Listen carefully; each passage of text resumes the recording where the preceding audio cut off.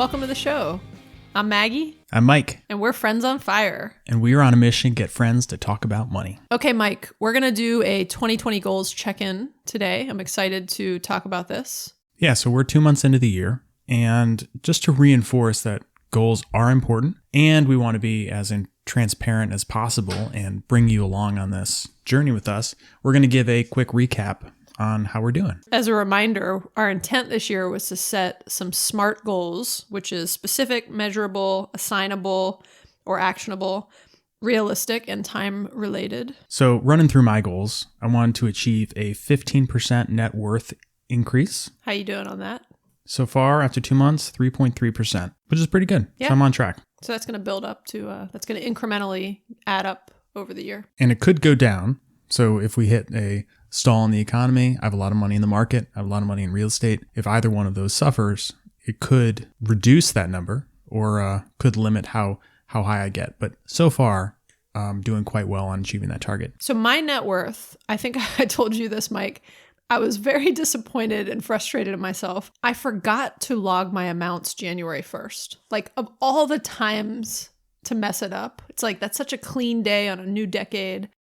And there was just so much going on over the holidays. And with launching the podcast, I'm going to blame it on the podcast.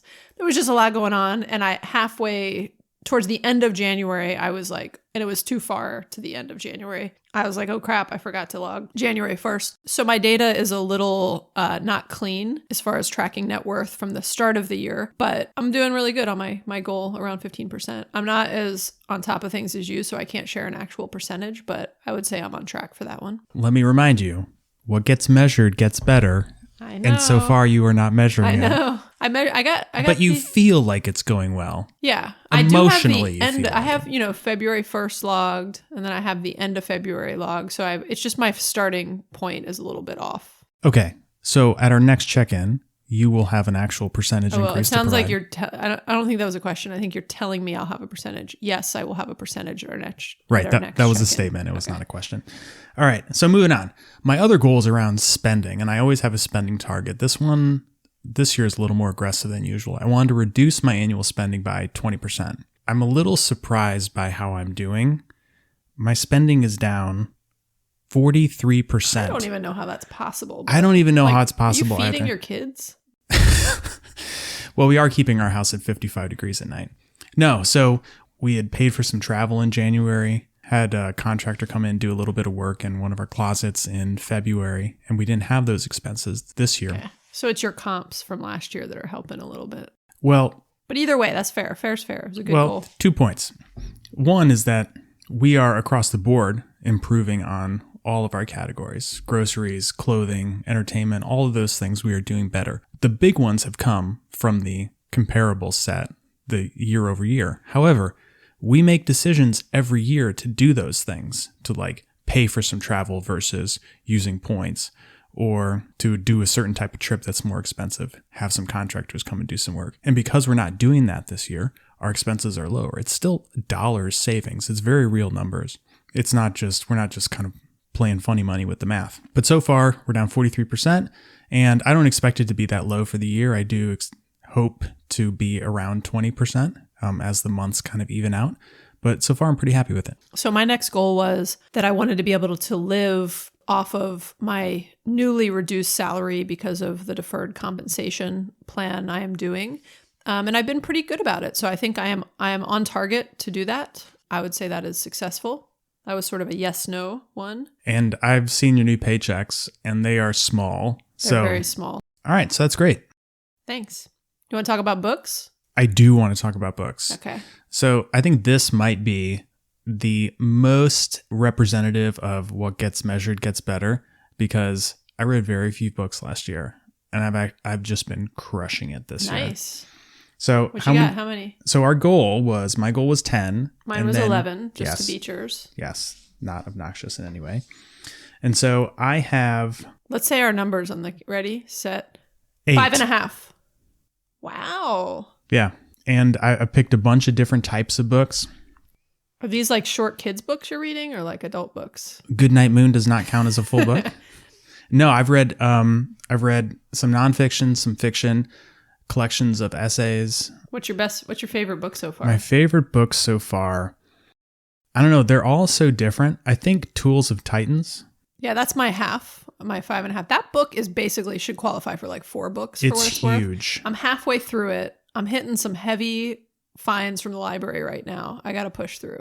I loved it. I do think we should like cover it on the show because there's a lot of important stuff in it. Yeah, we are going to do a show on it. But Tools of Titans was really good. I really liked playing with fire. It wasn't anything new from like a fire perspective, but hearing very specifically about this couple's journey, about how they made the decision to retire early and the struggles they went through, I thought was just really unique and entertaining. I really liked that book. Yeah, I agree. So I read that book last year and one of my favorite books, especially on fire. I'd say my favorite book. You want to ask me what my favorite book is? Sorry. Maggie, what was your favorite book? My favorite book was The Quest. And just a really funny story about this, actually. My husband and I both listen to a good bit of audiobooks, and we use Libby, which is the free library app for them. But my husband the other day was talking about how he thought it'd be cool to go to Ethiopia sometime for vacation. And I was like, okay, sure. And he was like, well, I'm just listening to a book about it right now, and it's really making me want to go there. And I was like, oh, that's cool. And then like a few days later, I was further into a book that I was listening to. And I was like, oh, that's funny. It's now set in Ethiopia. Wasn't in the beginning, but it is now. And then I happened to ask him, like, what book are you listening to that's set in Ethiopia? And he was like, The Quest. And I was like, oh my God. It was just funny that we're listening to the same book and we had never discussed it. You know, there's just millions of books out there. And so small world. The Quest, really good book. Didn't exactly make me want to go to Ethiopia because it's set during the Ethiopia Civil War. And there's some, pretty intense scenes during it. But it's an awesome book and I really enjoyed it. Highly recommend. All right. Thank you for that book review. Back to our goals. Are you being a better vegan? That was one of your goals. I am struggling with this one. I still find being vegan to be depriving myself of things from time to time.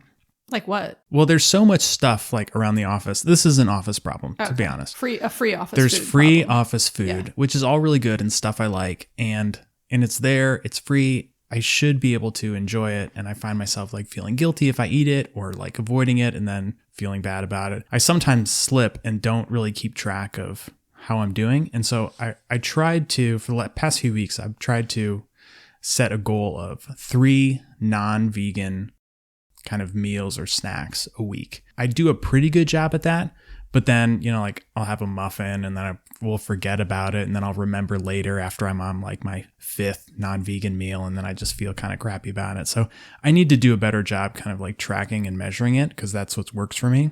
But this is the one goal that I'm not doing as well as I'd hoped. Yeah, well, I would say you should not beat yourself up over that for what it's worth. You're making a lot of great choices every day. And even just your desire is a step forward in the right direction. But also like when you talk about eating a muffin, like there's not a lot in there that's not vegan. There's like, there's probably a little bit of eggs or something, like maybe a tiny bit of dairy. But I say that as in, it's not like you're making a big plate of bacon and, you're just doing these sort of like minor things. So I think you're doing a good job. Well, thank you, Maggie. I appreciate that. What would actually motivate me more is you criticizing me on a daily basis if I don't eat. Well, when I see you walking around with that muffin in the office, I'm going to just smack it out of your hand. Yes, that is what I need from you. Yeah. It is the fear of your disappointment that keeps me on track. I like it. That motivates you. Okay. So one of my goals was to spend more quality and focused time with my kids and husband with like, phone off, focus, not distracted. And I put this probably in your be a better vegan category, Mike. Like I'm making progress and I'm definitely trying to be more conscious. And, I'll go outside and play soccer with the kids for, an hour and really focus. Or an hour might be generous, 30 minutes. So I feel like I am doing better, but I am not doing as much as I would like to be doing there. So that's an area that I'd, give myself a B+ in. And then what about, we both have minimalism goals. Mine is just to be more mindful about minimalism. And I think I've actually been doing a really good job at this one. It is not a measurable goal by any means, but you came over to our house, you provided some great feedback. We got rid of some furniture and some storage to clean things up. We've given away a lot more stuff. So we've made some significant improvements in this area, of which we're already like pretty minimalist. Pretty good at, yeah. But I do feel really good about this one. And nice. Good job. I was impressed when I did the home tour. You guys have I would say a very minimal and very well organized home also. I was Thank you. super impressed every time I'd open a closet. I was like, this has Brita all over it. So yeah, my minimalism focus goal was to write a blog post a week on mostly minimal life. And I have sort of met this. Actually, I shouldn't say sort of. I have not met this goal. I've been okay. I've been incredibly busy with a bunch of things going on with just the podcast, a rental property we have that's turning right now, some just PTA and other things. And just work life, all that stuff. So anyways, I have missed 3 weeks. I wanted to write something every week. I've missed 3 weeks. The good news is I set the goal as an annual goal. And so like you reminded me at some point, I can make up for it. And so there will be some times when I have some time off or I have a little bit more time on my weekends when I'll catch up and get to my 52 posts for the year goal. Well, I've really enjoyed reading your blog posts. So Thanks. I hope you meet your goal. Cool. Thanks. You and my mom. One really quick point that I just wanted to make on the goal tracking, because Mike, when you were kind of just saying the what gets measured gets better that we've talked about before, I actually created a spreadsheet that is organized by week and has each of my goals. So the weeks are along the left-hand side and the goals are in columns in a spreadsheet. And I love a good spreadsheet. I've actually put in, which blog did I launch a blog post? Did I, what podcast do we post for the week? What book am I reading that week? Did I meditate 5 times a week, which was my goal? And so I'm keeping each of those, and it's really helpful for me to be able to open it. And it feels good to be able to log that I've done that goal that week. And then also it shows me where I have my gaps and where I need to make things up in a just really quick sort of like 1-pager view that's been super helpful for me this year. So I like that. I think I might do that goal too. Tracker. Yeah, I'll send you a template. We can post the template actually. All right, cool. No, let's do that. Hopefully you guys have enjoyed hearing about our goals updates, but we encourage you to set goals and then work through the performance of those goals with your friends, with your partner, with your family, because having some accountability really makes this more impactful, but also more enjoyable because you get to share the achievement of those goals with others. Agreed. Okay, let's transition. So one of the really rewarding benefits and things about doing this podcast is getting to talk to people. And that's our goal, is to get friends to talk about money. And even though we're fairly knowledgeable in this area, we don't know everything. And we really enjoy to learn new things and bring you along on that journey. So today we have a great interview with a fellow podcaster, Andrew Kerr. He's the host of the House Hacking Podcast and is a real estate expert. And similar to a lot of the topics that we've been talking about, it's something new that you're learning about, and it's meant to challenge your thinking, and you make a personal decision on whether it works for you or is something that you want to prioritize. But in your kind of arsenal of tools that you have of ways to spend less and save more, this is definitely one of those tools, and it definitely is more aggressive than some other things people are doing. And so I love it, even just as a kind of way of challenging our thinking. Yeah, so let's get him online. First off, thanks for doing this. We're excited to get to talk to you. We've been listening to no problem. We've been listening to your podcast some, and it's cool. Stuff we definitely don't think about as much. But Andrew, we'd love to have you just kind of kick us off and tell us a little bit about yourself, just personally. Yeah, well, I really appreciate the two of you having me on. So thank you, Mike. Thank you, Maggie, for inviting me on just to share a little bit and, spread the word about house hacking. But yeah, so I sort of had this interesting career path where, going way back to high school, I was the kid that if I liked my class and I liked the teacher, I had an A. If I didn't like the class, I didn't like the teacher, I got a D. I did just enough to get by. Never really went on to college. And about 19, I found myself in the mortgage industry. By 20, I was already making enough money to buy my own house. After sort of several years, I realized I was making great money, hated life. Then I found myself in the nonprofit industry where I loved life but didn't make any money. And sort of along that period of time, I started investing in real estate. I bought my first home at 20. I'm now 37. But what I really found when I was doing this nonprofit work was, especially early on, I was doing disaster response work. So I was gone for weeks to months at a time across the U.S. and around the world, and it didn't make sense for me to pay rent somewhere. So I started doing multiple house hacks with this idea that I could have a free place to stay while I'm traveling around the world doing aid work. And then from there, it sort of developed on where I built up to owning 40 rental units, which I've sold off most of those. I'm now working on my 4th house hack. So just sort of had this interesting career of mortgage industry to nonprofit industry to still do a lot of nonprofit work, but I use real estate to build my long-term wealth and to, build that sort of financial independence. Cool. So had you heard the term house hacking before? No, when Brandon Turner from Bigger Pockets coined it several years ago, but, at 20, my first home that I bought this townhouse partly because I didn't want to do any yard work, but, I was looking for apartments for me and my friend, and I'm like, I'm going to rent something for $800-900 a month. We're going to split it. I can go buy a house, and then my mortgage would only be, with taxes and insurance and everything, would only be $700-800 a month. And now if my friend's going to rent the room for me, that would cover half the mortgage. I'd essentially be paying what I would to rent a place. And then it sort of developed from there. That was sort of that first house hack, and then moved on to this second house hack. And it wasn't until, I was getting ready to start working on my third house hack that, Brandon Turner from Bigger Pockets coined that phrase of house hacking. So how would you describe the different types of house hacks for people who have never heard of this and don't know it exists? Yeah, so really the idea with house hacking is just to make a slightly different choice with your housing to eliminate, for what most people is, a third of their budget, which goes towards their housing costs. It's usually their number one biggest expense. And I sort of define these 6 styles of house hacks. There's that roommate style house hack where you buy a big place, you rent out all the rooms, they cover your mortgage.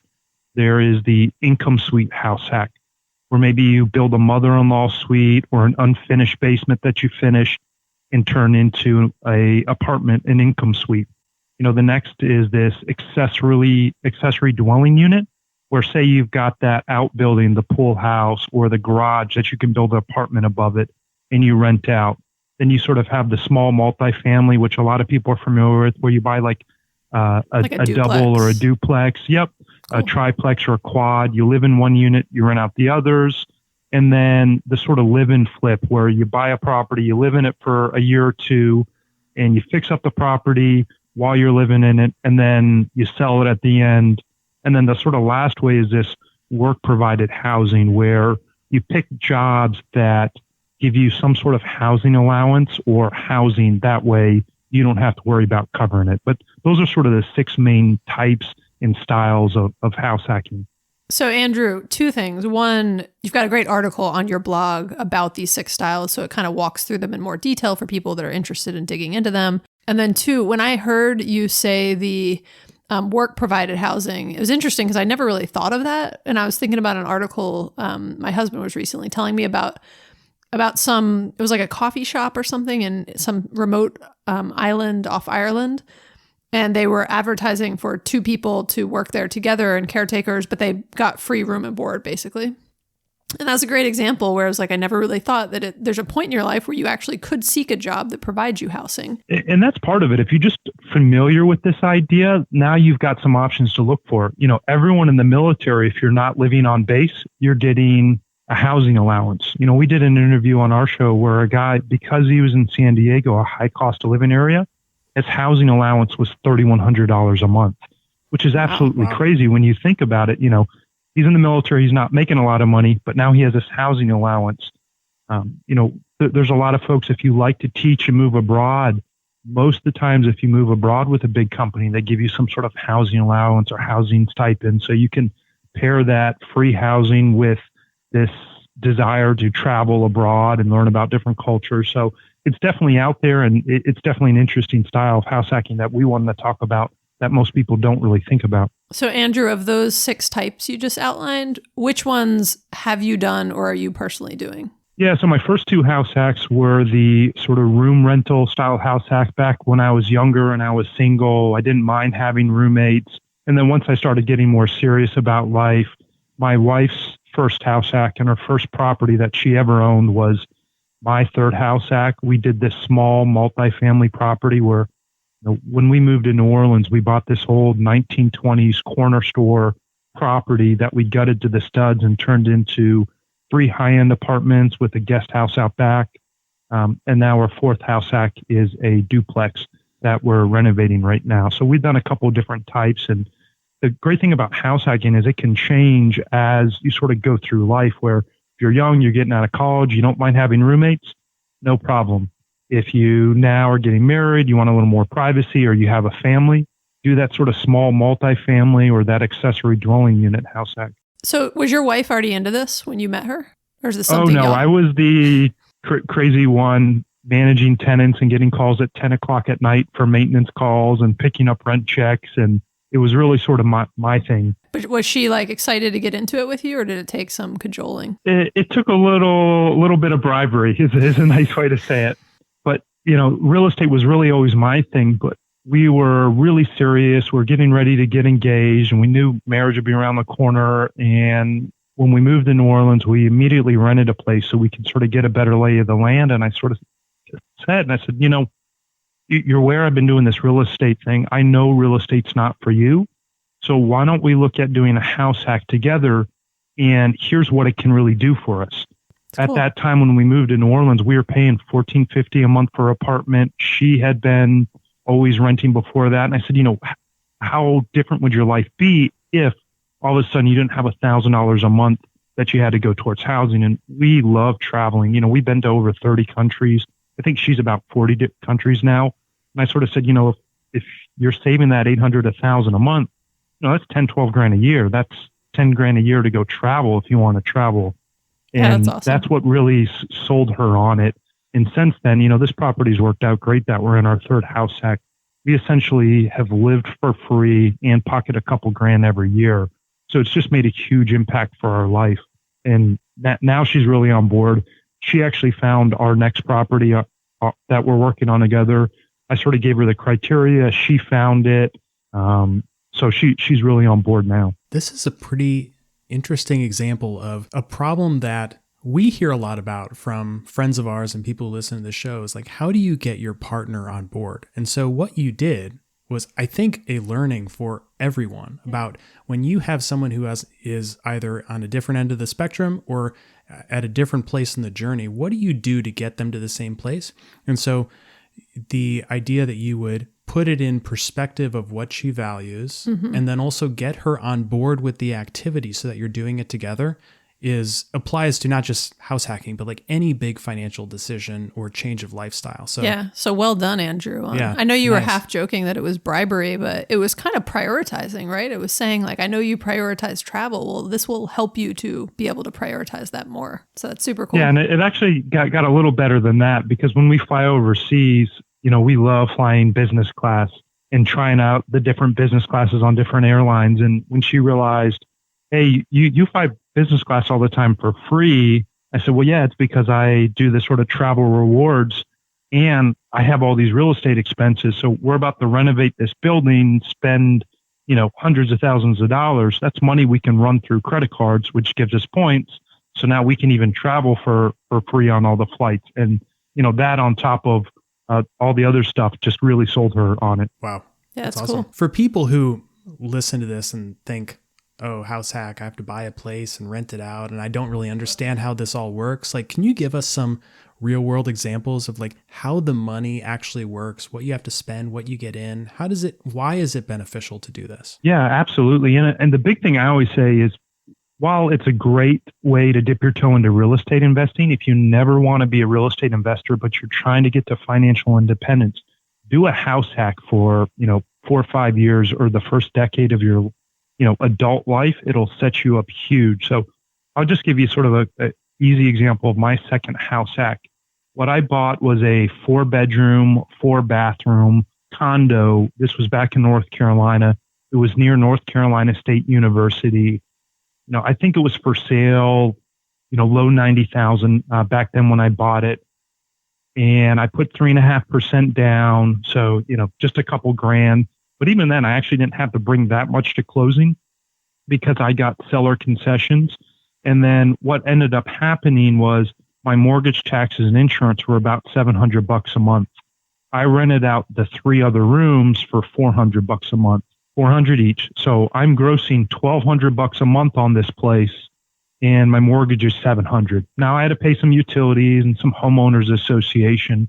But what it did was, I bought this property for less than $3-4 grand out of my own pocket, and I was actually pocketing a little over $100 a month. So I completely eliminated my housing costs, was living for free, and had, $100 a month that I was putting in my pocket. And then on top of that, the property was appreciating. I was getting the tax write-off for the interest deduction.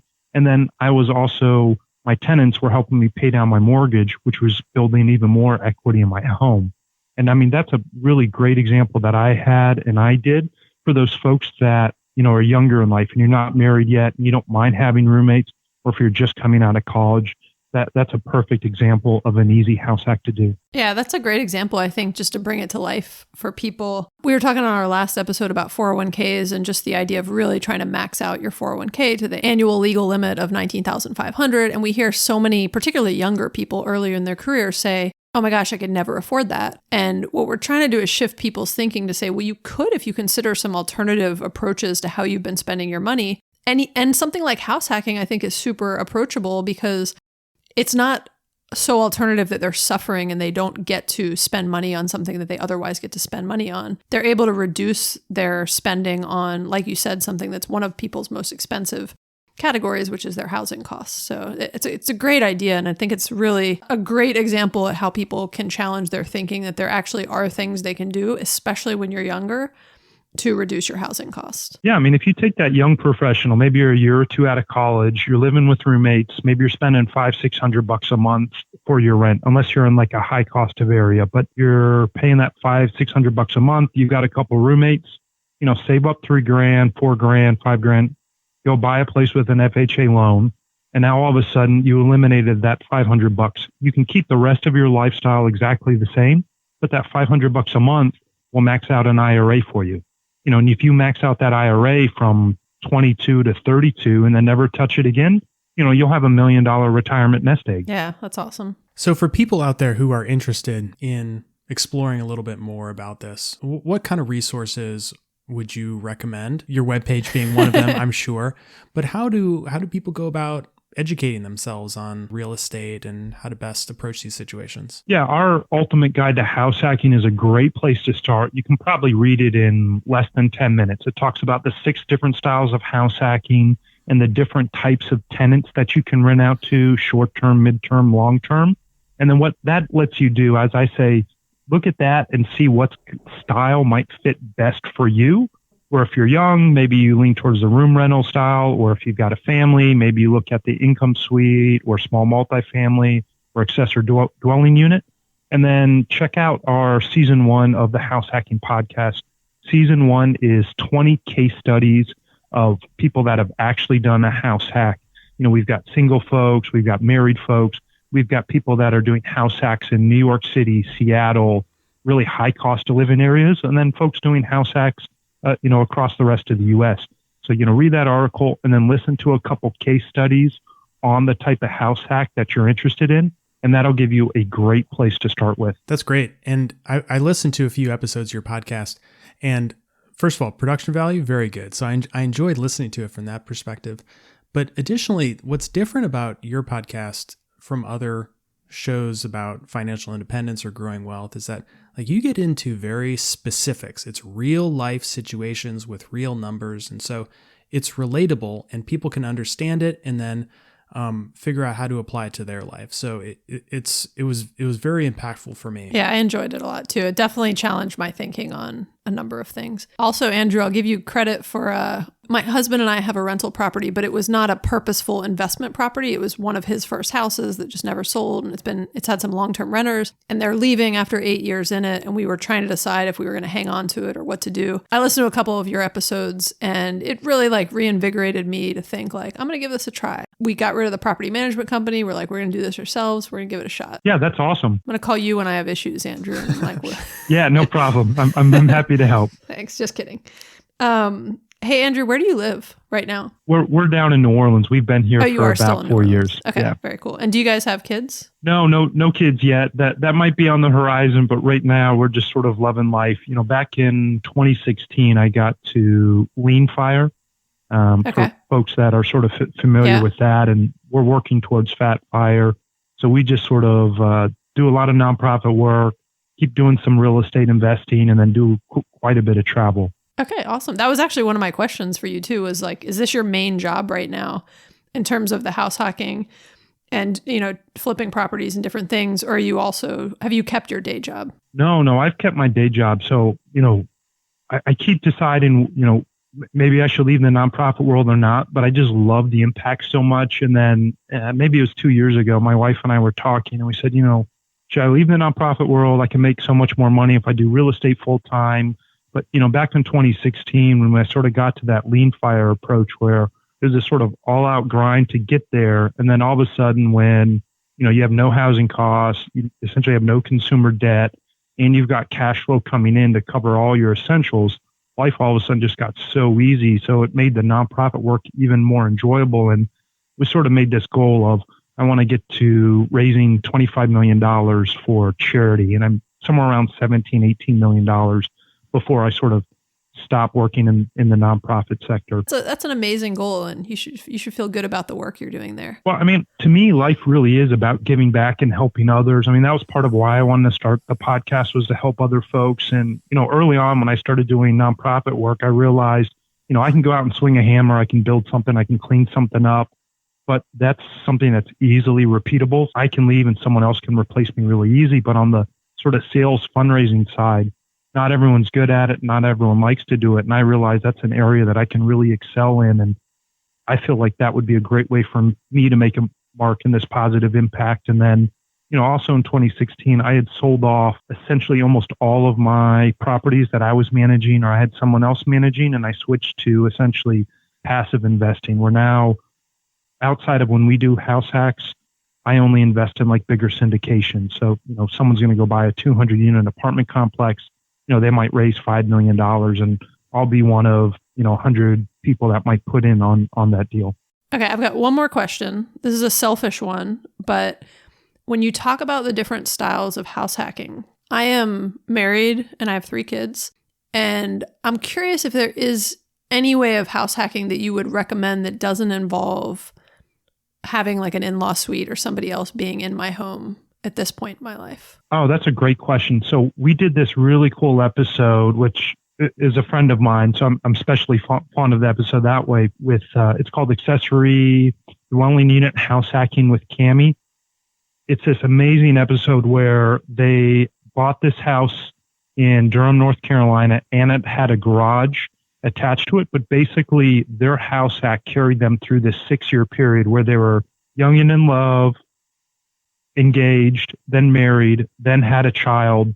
And it just worked out great where they renovated the garage. They lived in that for a while they rented the big house. Then when she got pregnant, they moved back into the big house and then rented the garage apartment. And the way she set up her garage apartment, where they actually fenced off the backyard. So the garage apartment had its own little yard. They had their backyard. They never really ran into each other, but that garage apartment was essentially covering, 90% of their mortgage on their home. And they were living in this nice, multiple bedroom, I think it was 3-bedroom, 2-bathroom home. So it's a really, really great way to do it. And then we've got another episode coming up. The small multifamily is a really great way to do it. And the small multifamily can be tough just depending on your area. A lot of times multifamily is in a, not the best location in some cities, but like depending on the city where you live, it can be great. Like in New Orleans, the house hack that we live in, while we've got multiple units, we're 2.5 blocks from the streetcar. And then within 5 blocks, we've got a park that has a playground. We got a Walgreens, we got a grocery store, we got a live music venue, bars. We didn't make any sacrifices. So I usually say those 2 are great for folks with families. It's that small multifamily and then also that sort of accessory dwelling unit where they're not in the exact same space, but they're separate and sort of on the property with you. Cool. That's super helpful. Well, Andrew, we really appreciate you coming on the show. What is the best place for listeners to learn more about you if they want to catch up with you in more detail? Yeah, the website is FIBYREA.com. That's FIBYREI.com. Or we also have all the House Hacking podcast on Instagram and Facebook. Okay, awesome. Well, thank you again for coming on the show. And like we already said, I think this has been really helpful and hopefully is helpful to our listeners to just continue to broaden their minds on the different opportunities that are available for them to help reach financial independence. Yeah, thank you so much for having me on. Thanks, Andrew. Thank you. Yeah, no problem. Thanks again, guys. Okay, that was really interesting. Hopefully, this episode has been valuable for you guys, our review of our goals, and then an introduction to some new strategies for the year to keep your momentum going in 2020. And I love the house hacking concept because of all the areas that I've thought about and sort of pushed and optimized in my financial life. House hacking, I would actually say, is the one area I have not touched over the years. Yeah, me too. So for me, it was exciting to kind of like push me, and not necessarily now, but even just push how I think about this over time. So love it. Thank you, Andrew, for coming on. All right, some closing items. If you have any questions or comments, please give us a call at 404-981-3370. Leave us a question or comment, and we will play it on the air. You can also text us at that number if you prefer. Please, please, please leave us a review on iTunes or wherever you're listening to this podcast. It's incredibly helpful, and we really appreciate it. You can also find us at friendsonfire.org if you want to check out the latest episodes, sign up for email, or just get in touch with us. Thanks, Maggie. Thanks, Mike. Bye. Bye.